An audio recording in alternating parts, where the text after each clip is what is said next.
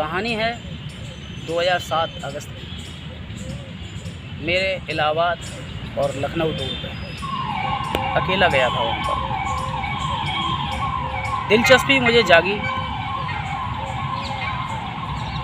इन पराशक्तियों के बारे में। अध्यात्म के रास्ते पे तो मैं पहले से था, लेकिन कुछ अजीब घटनाएं मेरे साथ 2003 और 2007 से होना शुरू हुई।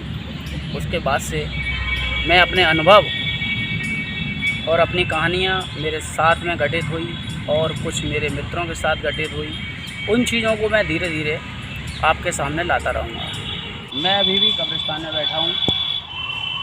घरों से निकल के आना पड़ेगा और यूट्यूबर की तरह नहीं, सिर्फ घर में बैठ के आप कहानियाँ विकिपीडिया से सुनाते रहो। कुछ अच्छे अनुभव कब्रिस्तान में बैठ के भी होते हैं, रात की अंधेरी गलियारों में या सुनसान रास्तों पे होते हैं। एक ऐसी ही दास्तान 2007 अगस्त में मेरे साथ घटी थी, इलाहाबाद और लखनऊ के सफ़र से, जो मैं आपको सुनाऊँ। लखनऊ से पहले मुझे इलाहाबाद जाना था। हाई कोर्ट उत्तर प्रदेश, एक मेरा स्पोर्ट्स से रिलेटेड केस था। मेरे संग कुछ चीट किया था, नेशनल में गोल्ड मेडल आया था। तो कुछ पदाधिकारी थे एक गेम के, उनकी वजह से वो गेम मैंने छोड़ दिया। मैं दूसरे गेम में आया। उस गेम के लोगों ने मेरे साथ चीट किया था, जिसकी वजह से मैंने हाई कोर्ट इलाहाबाद में रिट डाली थी। वहाँ मुझे रात को जाना था। उस बीच में मेरे साथ क्या हुआ वो कहानी मैं आप लोगों को सुनाऊंगा कि भूत प्रेत बिल्कुल आपके सामने आके दिखाई दें तभी आप मानोगे भूत है। भूत एक तरीके से हवा है, प्रेत एक तरीके से हवा है। उन्हें देखने के लिए एक अच्छी दिव्य दृष्टि चाहिए होती है, उसी कारण दिखाई देता है। जैसे श्री कृष्ण भगवान ने गीता के उपदेश में दिव्य दृष्टि अर्जुन को दी थी इन शक्तियों को देखने के लिए और अपना शरीर दिखाने के लिए, वैसी ही दिव्य दृष्टि हमें भी चाहिए होती है इन शक्तियों को देखने के लिए। परे ऊपर उठ के अगर आपको कुछ देखना है तो उसके लिए दिव्य दृष्टि चाहिए होती है और अभ्यास चाहिए होता है, तभी वो चीज़ें दिखाई देती हैं। किसी किसी के लिए चीज़ें गॉड गिफ्टेड होती हैं, गॉड गिफ्ट होने के बाद वो हमें दिखाई देंगी, या किसी को अचानक या अनजाने, या किसी का हम कह सकते हैं मान लो कि किसी को गॉड गिफ्ट मिला है, या फिर उसे कोई डिसऑर्डर है। डिसऑर्डर होने के कारण, यानी पर्सनालिटी डिसऑर्डर होने के कारण भी कई लोगों को ऐसी चीज़ें दिखाई देती हैं।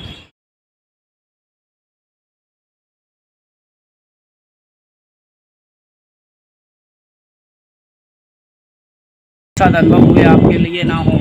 आज नए जनरेशन में, नए ज़माने में लोग इन सब चीज़ों से हटते जा रहे हैं और कई चीज़ों का शिकार हो रहे हैं। बीच बीच में इस खूबसूरत मकबरे कब्रिस्तान को भी देखते रहिए, जिससे कहानी सुनने में कहानी का लुत्फ डबल हो जाएगा और मज़ा आएगा।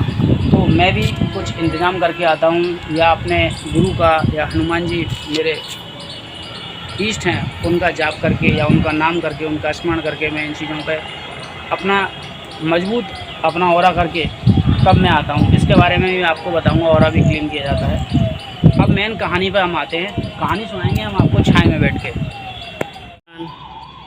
भूत प्रेत ज़रूरी नहीं कि रात में 12 बजे के बाद ही आए, उनका भी समय अब चेंज हो चुका है। जैसे मानव पहले शाम को खाना खाने के बाद रात से 9 से 10 के बीच में सो जाता था, अब रात के 12 बजे, 2 बजे, 3 बजे तक जाग रहा है। तो इन पराशक्तियों का भी टाइम चेंज हो चुका है और आप लोग जानते होंगे इस समय बदली इनके साथ भी हुई है, और यह भी किसी समय के में जाने के लिए बात हैं। जैसे हमने अपने नियम तोड़े हैं, तो नियम ये पराशक्तियाँ भी तोड़ रही हैं। कई अजीब घटनाएं आप लोगों ने देखी होगी, किसी पर सवारी आई या किसी के साथ कुछ बुरा हो रहा है या अजीब प्रक्रियाएँ हो रही हैं, तो वो दिन का भी समय है, दोपहर का भी समय है। पुराने टाइम में हमने सुना था 12 से 3 के बीच दिन में, और रात के 12 से 3 या 4 बजे तक ऐसी घटनाएं होती थी, जिन समय पे लोग जाने से डरते थे। पर ये घटनाएं आप दिन में भी सुनने लगे हो। इन्हीं में से एक घटना मेरे साथ जो हुई, मैं दोबारा से रिपीट कर रहा हूँ अपनी बात को। मुझे हमारे एक वकील साहब थे, उनके पास जाना था एक फ़ाइल साइन करा के मंत्रालय को देने के लिए। उस केस के सिलसिले में जब इलाहाबाद में जा रहा था, नॉर्मली मैं गया, कोई दिक्कत नहीं हुई, अपना काम किया।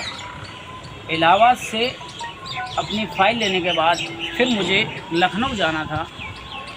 और लखनऊ जाते समय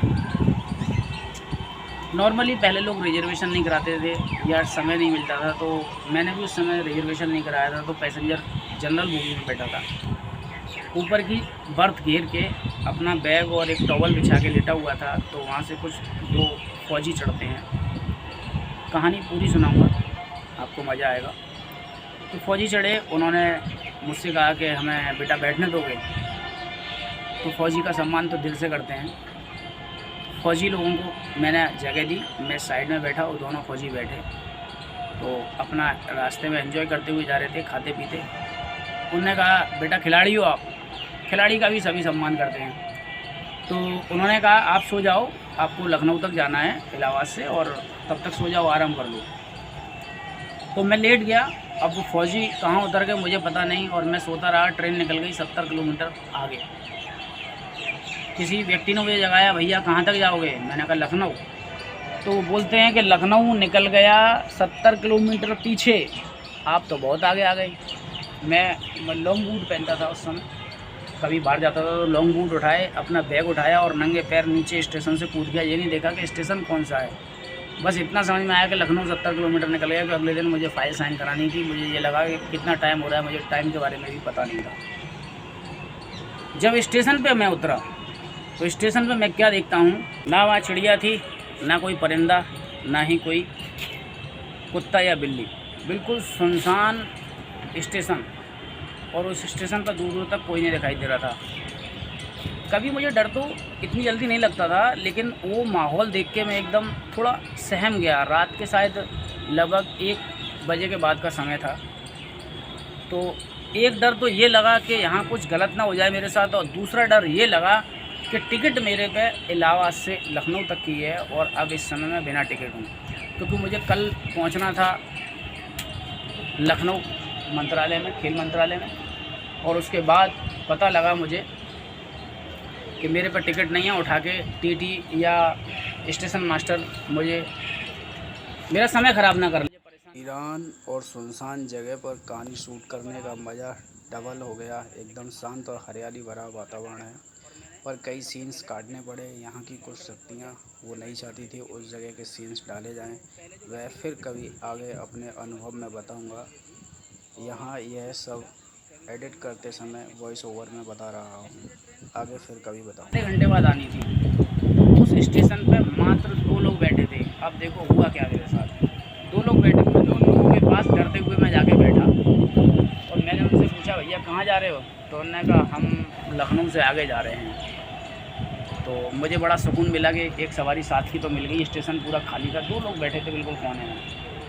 अब उसके हाथ में कुछ मोहर लग रही थी। मैं भी उस समय इतना नहीं जानता था ये होता क्या है। उसके हाथ पर मोहर लग रही, मुझे बड़ा अजीब लगा। कटे फटे के निशान थे। रात का समय था और कोई था नहीं। एक टिकट मास्टर और एक गार्ड, वो भी अंदर बैठे हुए थे। छोटे स्टेशनों में बाहर कोई पहरेदारी नहीं करता। तो लोग बैठे हुए थे। उन्होंने मुझसे कहा कि हम आगे तक जा रहे हैं। तो उन्होंने पूछा ये निशान और मोहर आपके हाथ पे कैसी है? तो उसने कहा जेल से छूट के आया हूँ। गांव की भाषा में बोला जेल से छूट के आया हूँ। मैंने कहा जेल से छूट के भैया लो, यानी कहते हैं कि आसमान से गिरा और खजूर पर अटका। मिले भी साथी तो कैसे मिले कि जेली। अब भाई मैंने कहा ये जेल से छूट के आए हैं, हम पता पड़ी कि मेरे पे कुछ 200-400 रुपये पड़े हैं, उन्हें भी लूट के ना ले जाएं। तो कोई दिक्कत नहीं। अब मैं थोड़ा इंतज़ार ट्रेन का किया। ट्रेन आई। ट्रेन आने के बाद मैं सोया नहीं, लखनऊ उतरा। लखनऊ उतरने के बाद एक होटल का नाम नहीं लूँगा, हमारे परिचित होटल है और हमारे गेम से ही रिलेटेड होटल है। वहाँ पहुँचा, खुलवाया। अब तो 24 घंटे होटल खुले रहते हैं, पर पहले के टाइम में इतना, मतलब 2007 के आसपास के टाइम पे मतलब जल्दी से लेट नाइट कहीं होटल नहीं मिलते थे कई जगह। तो परिचित होटल था। मैं पहुँचा, केबिन खुलाई। केबिन खुलाने के बाद 9वीं मंजिल पर, वो होटल 9 मंजिल है, रेलवे स्टेशन के सामने 9 मंजिल होटल है। होटल को बदनाम करने के लिए मैं किसी का नाम नहीं लूँगा। तो वहाँ पहुँचा। लास्ट रूम था 913 नंबर। 913 नंबर होटल में मुझे रोकने के लिए उन्होंने कहा ठीक है मिल जाएगा, और सस्ता दे दिया था मुझे। और हमें वैसे ही 40% कंसेशन मिलता था, क्योंकि खिलाड़ी हैं इसलिए, क्योंकि वो खेल से ही रिलेटेड खेल वालों का ही एक होटल था। उन्होंने मुझे लास्ट रूम दे दिया, और जो मेन आदमी था, जो मेरे को ज़्यादा परिचित था, वो नहीं था। वहाँ दूसरा रिसेप्शनिस्ट था, उसने चाबी दी और इस रूम के अंदर मुझे छोड़ के आया। जब मैं रूम में जाके अपने बेड पे बैठा तो मुझे मेरे गूज बम्स यानी कि रोंगटे मेरे खड़े हो गए, एकदम से रोंगटे खड़े हो गए मेरे। और मैं मतलब महसूस किया कि कुछ यहाँ मतलब नेगेटिव चीज़ है, मतलब लगा कि मतलब मैं अकेला यहाँ नहीं रह पाऊँगा। लेकिन रूम सिर्फ वही खाली था उस समय, कुछ एग्ज़ाम परीक्षा वगैरह हुई थी तो उस वजह से रूम्स वगैरह सारे भर जाते तो रूम नहीं मिले थे मुझे, तो वही रूम था। उसमें मैं रुका। जब मुझे सर्वेंट वहाँ से छोड़ के गया, जो रूम सर्विस देते हैं, वो छोड़ के उसके बाद गया, तो मुझे थोड़ा सा भय लगा अजीब सा अंदर से। तो मैंने नंबर लगाया रिसेप्शन पे, उसे ऊपर बुलाया। उसके बाद उसे मैंने कहा कुछ सामान लिया, चाय वगैरह मिल जाएगी, लखनऊ के अंदर चाय 24 घंटे मिलती है। तो मैंने उसे कुछ पैसे दिए। पैसे देने के बाद फिर मैंने उससे जो है कुछ और भी सामान मंगाया, तो वो लौट के आया थोड़ी देर बाद। उसके बाद फिर वही हाल। अब मुझे नींद नहीं आई, जबकि सफ़र का थका हुआ था, नींद नहीं आ रही थी। ऐसा लग रहा था कि उस कमरे में मेरे अलावा कोई और भी है, लेकिन कौन है ये मुझे नहीं पता था। अब मैं जैसे तैसे लेटा नींद में जाने के लिए, लेकिन मुझे ऐसा लगा कि किसी ने मुझे हटाया एकदम से, मतलब बॉडी चौंकती है ना, ये मेरे साथ हुआ। तो मैं डर के बैठ गया। फिर दोबारा से मैंने रिसेप्शन पे फ़ोन लगाया। रिसेप्शन पे फ़ोन लगाने के बाद फिर जब मैंने उसे उठाया लड़के को, तो दोबारा मेरे पास आया। उन्होंने कि सर अब क्या चाहिए। मैं स्मोकिंग को अवॉइड करता हूँ, नहीं करता, लेकिन मैंने बड़े बूढ़ों में सुनी थी या बीड़ी या सिगरेट पे इन चीज़ों को या भूत प्रेत नहीं आते। तो मुझे महसूस हुआ था इस कमरे के अंदर या भूत या प्रेत है, साफ महसूस हो गया था, पर दिखा कुछ भी नहीं था। लड़का आया, उससे मैंने कहा भाई तू अपने लिए कुछ लेके आई हो और मेरे लिए कुछ खाने के लिए लिया, और ये एक सिगरेट का पैकेट लेके आ। मैं सिगरेट नहीं पीता हूँ, और ये सामान मेरे लिए लेके आ। लड़का सामान लेने गया मेरा। उसके बाद दरवाज़ा बजा, लड़का आया। मैंने देखा कि भाई बड़ी जल्दी सामान लेके आया। कह रहा नहीं भैया कुछ और मंगाना हो तो, इसलिए दोबारा पूछने आ गया क्योंकि मुझे नींद आ रही है। मैंने अच्छा मैं समझ गया ये मेरे से परेशान हो रहा है, और परेशान होने के बाद इसे अब दोबारा परेशान नहीं करना, तो वो चला गया। अब मात्र 10 सेकंड बाद फिर दोबारा से दरवाज़ा बजाया।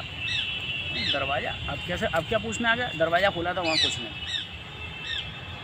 पूरी लॉबी कॉरिडोर था पूरा खाली, पूरे कॉरिडोर में एक भी नहीं। मैंने यार बड़ा दिक्कत हो गई, ये क्या बात है। उसके बाद फिर मैं अंदर आता हूँ, दरवाज़ा बंद किया, फिर दोबारा दरवाज़ा बजा। दरवाज़ा बजने के बाद मुझे लगा लड़का है या क्या है, लेकिन मैंने भगवान का नाम लेते हुए दरवाज़ा खोला। जब दरवाज़ा खोलता हूँ तो देखता हूँ वहाँ पे फिर कोई नहीं। अब इस बार मैंने दरवाज़ा खुला छोड़ दिया।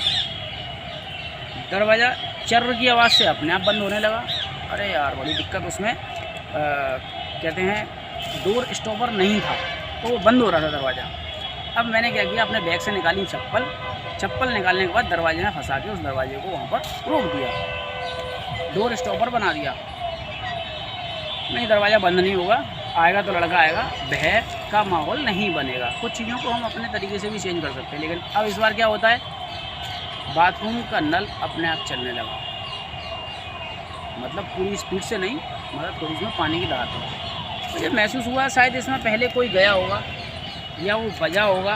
क्या वजह हुई, जाके देखा तो टोंटी मैंने कस के बंद कर दी। वो बंद नहीं हुई और धीमे से उसमें चूर आ पानी। मैं आके बैठा, इतनी देर में लड़का आ गया। जब लड़का आया उससे सिगरेट ली और सामान लिया, नहाने का कुछ साबुन शैम्पू भी मैंने मंगाया था। नीचे 24 घंटे दुकान खुलती है 4 वक्त पर। लड़का सामान दे के चला गया। मैंने उससे पूछा, चाय भी मंगाई थी तो चाय पी। मैंने चाय पिएगा तो उसने चाय मेरे साथ बैठ के पी। उसके बाद वो लड़का चला गया था, दरवाज़ा बंद किया अंदर से। अब मैं लेटा, सिगरेट जला ली, सिगरेट पी नहीं, सिर्फ जला के उसे फूकने लगा। जलने लगी तो थोड़ा अपने आप थोड़ा महसूस हो रहा कि कुछ हो रहा है, पर ऐसा क्या हो रहा था, अजीब ऐसा लग रहा था। मेरे आसपास में आके 4-5 लोग बैठे हैं। कभी ऐसा लगा कि बेड के बराबर में आवाज़ हुई है एकदम से। तो अब डर भी रहा था, नहीं भी डर रहा था, दोनों चीज़ थी। मतलब अपने को निडर दिखा रहा था, लेकिन अंदर से एक डर था कि ऐसा हो रहा है। काफ़ी पहले की बात थी, अब तो मुझे इन सब चीज़ों से डर नहीं लगता क्योंकि आदत हो चुकी है। वो पहले की बात थी, वो मैं अपना अनुभव बता रहा हूँ आपको। हुआ क्या थोड़ी देर बाद मैंने सोचा अब सोता नहीं हूँ, सोऊंगा मैं अब जब दिन निकल आएगा उसके बाद। बालकनी भी थी, फिर मैंने बालकनी खोली, थोड़ी देर उठ के गया तो ऐसा लगा कि मुझे कोई धकेल रहा है बालकनी से। अरे मैं बालकनी से अंदर आया, फिर बालकनी वाला डोर बंद किया, कपड़े उतारे सारे और नहाने चला गया। और बाथरूम था लंबा, करीबन 12 फीट लंबा बाथरूम था। लास्ट का रूम था इसलिए सबसे लंबा बाथरूम था, कॉरिडोर जितना लंबा बाथरूम और कमरे से होकर शुरू था।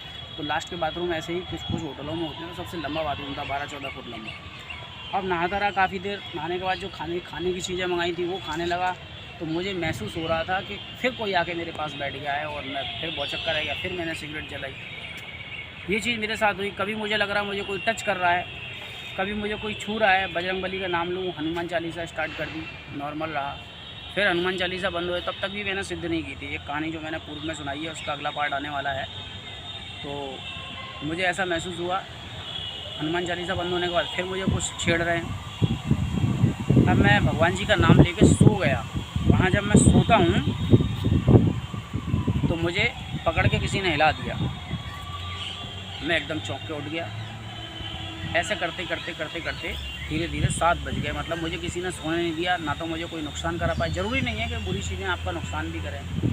हो सकता है कि हम उनके पास जाके उनकी शांति में खलल डाल रहे हों। वो हमें छेड़ने नहीं आए, हम उनकी जगह पर गए और उनकी जगह कैसे हुई, क्या हुआ, वो हमें नहीं पता, क्या कारण रहे। तो एक तरीके से मैं गया उनकी जगह पर और उनकी शांति भंग करने के लिए। यहाँ पे भी कुछ हो सकते हैं, मैं भाई आपकी शांति भंग करने नहीं आया हूँ, मैं सिर्फ अपनी कहानी सुनाने आया हूँ। जैसे यहाँ पर भी काफ़ी लोग सोए हुए हैं, सदियों से सोए हुए हैं, सैकड़ों साल से सोए हुए हैं। इनकी शांति भंग करने नहीं आया हूँ और आपसे क्षमा मांगता हूँ। एक कहानी सुनाने के लिए आया हूँ। दिन का समय है, आपके समय में नहीं आया और किसी कुछ गलती को क्षमा करिए। तो बस यही हुआ। मैं जब वहाँ पहुँचा तो लगभग 7 बज गए। 7 बजे के बाद भगवान का नाम लेके मैं सो गया। लगभग मैं 3 से 4 घंटे सोया हूँगा, 3 घंटे से 4 घंटे सोया। 7 बजे फिर दोबारा से नहाया। उसके बाद मैं अपने लखनऊ मंत्रालय गया, वहाँ पे अपनी फ़ाइल का काम कराया और कुछ नहीं। फिर उसके बाद अपने आके रूम में, चलिए आगे की तरफ चलते हैं, थोड़ा सा हरियाली का आनंद लें कहानी के साथ साथ। उसके बाद फिर मैं पहुँचे मंत्रालय के काम करके आया। बढ़िया मैंने लंच किया, नीचे देसी घी का खाना खाया। उसके बाद फिर अपने रूम में गया। 4-5 बजे तक वहाँ कोई दिक्कत नहीं हुई रूम के अंदर मुझे। 4-5 बजे तक कोई भी मुझे परेशानी नहीं हुई। तो उसके बाद जैसे ही 6:30 का टाइम हुआ, वर्ल्ड कप 2020 2007 जिसे इंडिया ने जीता था, यह बात हमें की है। मन थोड़ा आगे पीछे जरूर हो सकता है शायद। तो थोड़ा सा उस समय का समय था। भगवान के अलग अलग रूप होते हैं। यहाँ यीशु मसीह उनको मुक्ति दिला रहे हैं और हमारे हिंदू धर्म के अंदर हमारे भोलेनाथ विष्णु भगवान मुक्ति दिलाते हैं, मोक्ष दिलाते हैं। अभी मेरा बैग गिर रहा था, ये सबसे परेशान हो गया। फिर उठा लास्ट में, फिर दोबारा से अपनी एक सिगरेट जलाई और सिगरेट जला के मैं मजबूरी बस कस मारने लगा। सिगरेट धूम्रपान स्वास्थ्य के लिए हानिकारक है, पर पुराने बुजुर्गों के मुँह से सुना था कहीं ना कहीं बीड़ी सिगरेट पर भूत नहीं रहते हैं। तो उसकी वजह से मैंने वो सिगरेट सुलगाई थी, पी नहीं रहा था, स्मोकिंग नहीं कर रहा था। सिगरेट को जलाने के बाद मैं कस मारने लगा, थोड़ा नॉर्मल हुआ। फिर हनुमान चालीसा पढ़ने लगा तो कमरे के अंदर नॉर्मल हुआ।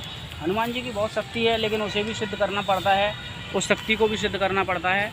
उसके बाद हमें कुछ चीज़ें प्राप्त होती हैं जिनसे हमें डर नहीं लगता, लेकिन वो सारी शक्तियों को धीरे धीरे हमें जागृत करना होता है। उसके बारे में बाद में वीडियो बनाऊँगा, आपको बताऊँगा कैसे कैसे फिर मेरा डर ख़त्म हुआ और कैसे मैं अध्यात्म के रास्ते पर पूरी तरह से गया।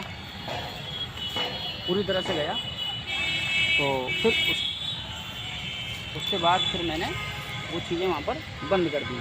थोड़ा सा पीछे आ जाओ भाई, यहाँ पे भी मतलब पैरों के नीचे कब्र हैं, बहुत पुराने जादूगर की कब्र है और उस जादूगर को तंत्र क्रियाओं से बांध रखा है सदियों से। बड़ी बड़ी तांत्रिक मंत्रों से और यंत्रों से, यंत्र वो होते हैं जिसे हम काली टेढ़ी लाइन खींचकर उन यंत्रों को एक विशेष कोण से तैयार करते हैं, उसे बोला जाता है यंत्र। तो चलिए देखो, घनी घास है, थोड़ा सावधानी से आइए, कोई कीड़ा कांटा या सांप कांतर बिच्छू ना हो, थोड़ा सा देख के चलिएगा। हालांकि शूज़ पहन रखे हैं और घनी घास हो रखी है यहाँ पर। कारण से कोई आया नहीं है इसलिए ऐसी घास हो रही है। घनी घास में हम आए हैं। अब हम चलते हैं जादूगर की कब्र पर। स्टार्टिंग में आपको दिखाते हैं, ये आड़ी लाइंस जो दिख रही है ना, ये जादूगर की कब्र है। ये कहानी को मैंने बीच में पॉज कर लिया है। आपको एक चीज़ दिखा रहा हूँ, ये एक पुराने जादूगर की कब्र है। यहाँ मधुमक्खियाँ भी हैं और नहीं अंदर मत जाओ। जादूगर की कब्र है, ये विशेष अभिमंत्रित करी हुई है। यहाँ देखो बर्रियाँ भी बैठी हुई हैं। काफ़ी समय से कोई आया नहीं है, काफ़ी समय से कोई आया नहीं है। ये बिल्कुल सुनसान कब्रिस्तान है जिसमें मैं आपको कहानी सुनाने आया हूँ। ये देखो सदियों से सोए पड़े हैं, घास पात लगी हुई है, बहुत समय से कोई आया नहीं है। उस सुनसान जगह में एक सुनसान कहानी सुनाने का मज़ा ही कुछ और है। तो यहाँ मैं बीच बीच में आपको अच्छी अच्छी चीज़ें दिखाता भी रहूँगा। ऐसी घूमने लायक जगह हमारे कब्रिस्तान और शमशान भी हैं। यहाँ आपको विशेष शांति मिलेगी। अकेले ना जाएं, मैं जाने के लिए आप लोगों को नहीं बोलूँगा, आप जाइए वहाँ पर। ये पुरानी कब्रें हैं, देखो ये ख़त्म हो चुकी हैं पूरी तरह से दबी हुई कब्रें हैं। ये पत्थर वत्थर सारे गड़बड़ हो चुके हैं इनके। ये पुरानी कब्रें हैं, बहुत पुरानी कब्रें हैं जो घास पात से दब चुके हैं, मिट्टी से ख़राब हो गए हैं। ये भी बहुत प्यारी गुम्बद है। इसके बारे में एक अलग से वीडियो बना के आपको इसकी जानकारी डालूँगा। इसे क्या बोलते हैं, क्या कहते हैं और क्या जगह है, इसके बारे में अपनी वीडियो बिल्कुल अलग लेके आऊँगा और आपको उसके बारे में समझाऊँगा। तो अब मेन कहानी पर आते हैं। मेन कहानी है हमारी यहाँ, ये जो जादूगर की कब्र है, ये काला जादूगर था, तांत्रिक था, जो बहुत गड़बड़ करता था। इसे मंत्रों से बांध दिया गया है, यंत्रों के अंदर बंधा हुआ है कि ये किसी का नुकसान ना करे। अब कहानी पर आता हूँ। मेरे साथ उस कमरे के अंदर ऐसा क्यों हो रहा था, अब वो बात मैं बताऊँगा। क्योंकि मैं थोड़ा आध्यात्मिक था। आध्यात्मिक इंसान के साथ कुछ ना कुछ भगवान की शक्ति होती है। हर इंसान को अपना समय निकाल के अध्यात्म पे जाना चाहिए। मैं वहाँ बचा तो थोड़ा ऊपर वाले की ईश्वरी शक्ति थी, हनुमान बाबा का आशीर्वाद था, जिनकी हम सुबह हाथ जोड़ के पूजा अर्चना छोटी मोटी जैसे भी होती है उनकी हम ध्यान करते हैं अपने प्रभु का। इसलिए हमारे साथ ऐसी भयंकर घटना नहीं हुई, वरना उस रूम के अंदर ऐसा क्यों हुआ था मैं बताऊंगा आगे दूसरी जगह पर आपको। ऊपर से लेना यीशु मसीह का चर्च है। जादूगर को रोकने के लिए इनका बनाया गया था। और ये पीछे सोए हुए सदियों से राजा महाराजा वजीर पूरी सेना ये यहाँ पर आराम से विश्राम कर रही है सदियों से। ऐसा क्यों हुआ उस रूम के अंदर, इसके पीछे क्या कहानी थी, अब वो मैं बताता हूँ। जब शाम के 7 बजे के आसपास जब इतना खतरनाक माहौल रूम के अंदर हो गया कि हनुमान चालीसा ख़त्म होने लगी, वो चीज़ें इतनी विचलित हो गई कि मुझे वहाँ रुकने देना नहीं चाहती थी किसी भी रूप में। मैं हनुमान चालीसा का पाठ कर रहा था बराबर, तब तक शांति रहती थी, वो चीज़ें दूर हो जाती थी। उसके बाद दोबारा फिर मैं शुरू होता था खाने पीने के लिए, फिर वो शुरू हो जाती थी, हनुमान चालीसा पढ़ता था, फिर ख़त्म हो जाती थी। मतलब मेरा 7 बजे के बाद, मतलब 7 से शाम 7 बजे तक तो नॉर्मल रहा था। सुबह 7 से शाम 7 बजे तक, 7 बजे के बाद फिर दोबारा से वो चीज़ें उग्र हो गई और बुरी तरह से उग्र हुई। मतलब मेरा रुकना मुश्किल कर दिया। कभी दरवाज़ा बजे, कभी पानी की टोंटी छूँगे, कभी दरवाज़ा। हालांकि मुझे ना उठा के पटका, ना मेरे को मारा, ना काटा, ऐसा कुछ भी नहीं हुआ, लेकिन मेरे को वहाँ रहना दुश्वार कर दिया। उन्होंने साफ बता दिया कि हम यहाँ मौजूद हैं, तुम्हारा कोई काम नहीं है, यहाँ से तुम जाओ। उनका मतलब ये था। सुबह फिर मैं वहाँ जल्दी से रिसेप्शन पे गया। वहाँ एक दीक्षित जी थे मेरे मिलने वाले, वो मुझे मिले और मैच देखने के बहाने में बैठ गया। वहाँ 2020 मैच चल रहा था। मुझे मैच ठीक से याद नहीं है उस समय कौन सा था, 2007 का इंडिया का ही मैच चल रहा था और इंडिया शायद पाकिस्तान या किसी टीम से मैच था या वेस्ट इंडीज़ से था। इंडिया उस मैच को भी जीती थी, वर्ल्ड कप भी जीती थी। तो वो एक मैच चल रहा था। उस मैच में तो मेरा पूरा ध्यान नहीं था कि क्या हो रहा है उस मैच के अंदर। मेरे को बड़ी बेचैनी और घबराहट हो रही थी। बेचैनी और घबराहट होने के साथ साथ वहाँ बड़ा बुरा अजीब डर का माहौल हो गया था। इसलिए दौड़ के वहाँ रिसेप्शन में पहुँचा। तो रिसेप्शन पे दीक्षित जी से पूछा हूँ, दीक्षित जी कैसे हो? उन्होंने कहा बहुत अच्छा हूँ। तो दीक्षित जी से काफ़ी बात होने लगी। उन्हें कब आए? मैंने कहा कल आया हूँ। कहाँ रुके हो? अरे भैया आप ही के होटल में रुके हैं, और कहाँ रुकेंगे? कि कौन सा रूम नंबर है? मैंने कहा 913। वो लास्ट मंजिल पर था। उन्हें 913 रूम के अंदर रुके। जब उन्होंने उस रूम का नंबर सुना तो वह हिल गए। तो अच्छा तुम वहाँ रुके हो? मैंने क्यों, क्या कोई बात हुई है? तो बोलते नहीं नहीं कोई बात नहीं। अजीब सा मुँह सुन के तो मैंने कि सब ठीक तो है। उन्होंने मुझसे पूछा, मैंने हाँ सब ठीक है, कोई दिक्कत तो नहीं है। मैं नहीं तो मैं समझ गया दिक्कत नहीं है, ये पूछ क्यों रहे हैं ऐसा। तो मैंने उन्हें बैठाया, उनसे पूछा, तो बोलते हैं कि तुम कोई परेशानी तो नहीं हुई। तो मैं पूछता हूँ कोई परेशानी नहीं हुई, कुछ महसूस हुआ था इधर, अभी ऐसा कुछ लगा था, कुछ गया है एक साइड से, कोई दिक्कत नहीं, शायद हो सकता है कबूतर या कोई पक्षी गया हो। तो मैंने उससे पूछा कि दीक्षित जी सही बात बताओ, क्या है उस रूम में, कोई दिक्कत है? उन्होंने कहा तुम्हारे साथ कोई परेशानी तो नहीं, कितने बजे रुके? टाइम भी मैंने बताया, रात के 2 बजे 2:30 बजे के बाद में वहाँ आया था, क्योंकि ट्रेन में सफ़र ही इतना हो गया था, लगभग 3 के आसपास का अप्रोक्स टाइम था, 2:30 से 3 बजे के, और गलत टाइम पे आया था। तो दीक्षित जी बोलते हैं कि उस रूम के अंदर 3 लोगों ने सुसाइड की है। 3 लोग, जिसमें 2 लड़के और 1 लड़की ने सुसाइड की थी। एक तो प्रेमी जोड़ा था और 1 लड़के ने सुसाइड की थी। टोटल 3 मौत उस रूम के अंदर हुई थी। तो उन्होंने कहा हम किसी को देते नहीं हैं,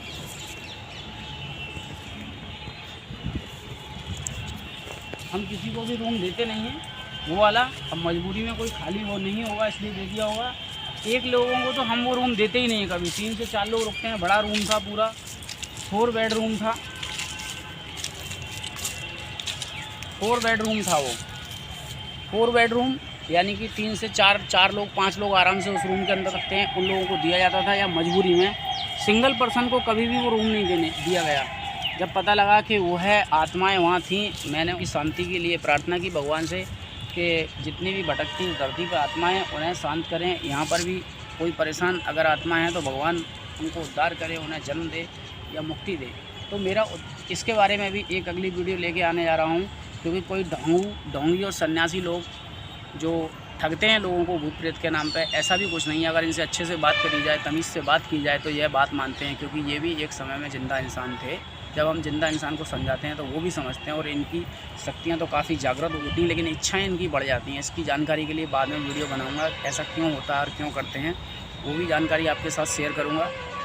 अब मेन मुद्दे पे आते हैं, तो उस रूम में जाने लायक मेरी हिम्मत नहीं बची थी, क्योंकि उस समय पूरी तरह से अध्यात्म में नहीं गया था मैं। तो मैंने दीक्षित जी से कहा कि अपना एम्प्लॉय भेज के सामान नीचे मंगा लो। उन्होंने वहाँ से सामान मंगाया मेरा, और जबकि मेरी बुकिंग रात तक थी, इसमें 24 घंटे रहती है, और भी मेरी 12 बजे तक की थी ट्रेन, 12 बजे के बाद थी मेरी आगरा लौटने के लिए। लास्ट में क्या होता है, उन्होंने सामान मंगा लिया, वहाँ एक दीवान पड़ा था, उस दीवान पर उन्होंने कहा अब तुम्हें मत जाना, उस दीवान पर जाके आराम करना। मैं दीवान पर सो गया। फिर मैंने मैच नहीं देखा क्योंकि थकावट हो चुकी थी। मैं सोया, रेस्ट किया। रात को मेरी ट्रेन आई, और लेकिन पूरे रास्ते भर वो अजीब अनुभव मेरे साथ होने लगे। कभी बैग उड़ना, कभी सामान उठना, कभी कुछ होना, ये सब मेरे साथ होता रहा। ये मतलब बहुत ख़तरनाक सिचुएशन मेरे सामने थी। अगली कहानी बहुत जल्दी लेके आने वाला हूँ। मेरा कुछ नहीं वहाँ पर सकुशल आया, आगे भी आता रहा, और आज भी आपके सामने अच्छा वाला खड़ा हूँ। ऐसी कई घटनाएं मेरे साथ हुई, मेरे दोस्तों के साथ हुई, वो कहानियाँ मैं आपके साथ लेके आता रहूँगा, और धीरे धीरे आपके साथ अपना एक्सपीरियंस भी बढ़ाता रहूँगा, एक्सप्लेन का तरीका भी बढ़ाता रहूँगा। वीडियो अच्छी लगे तो लाइक सब्सक्राइब करें, ज़्यादा समय व्यर्थ नहीं करूँगा आपका, इसलिए आपको वीडियो अच्छे लगे तो उसे शेयर भी करें, और एक आपके सपोर्ट से बहुत अच्छी चीज़ें आपके सामने लेके आता रहूँगा। ठग विद्याओं से बचने के लिए भी, ढोंगी सन्यासियों से भी कैसे बचा जाए, सिर्फ घर के उपायों से आप भूत प्रेत तंत्र मंत्रों को हटा सकते हो, जादू टोनों को हटा सकते हो। ये सब चीज़ें आपके आने वाली वीडियो में बताऊँगा, और कैसे होगा। Thank you so much, love you guys and love you all. जय श्री राम, जय श्री राम, जय हनुमान, जय बालाजी महाराज। जिसको भी डर लगता हो, रात को सोते समय अच्छे से हाथ मुँह धो के हनुमान जी का नाम लेके सोए, या आपके इष्ट देव है उनका नाम लेके स्मरण करके सो जाओ। और जागने का समय बिना अलार्म के आपको बताऊंगा अगली वीडियो में कैसे जागा जाता है।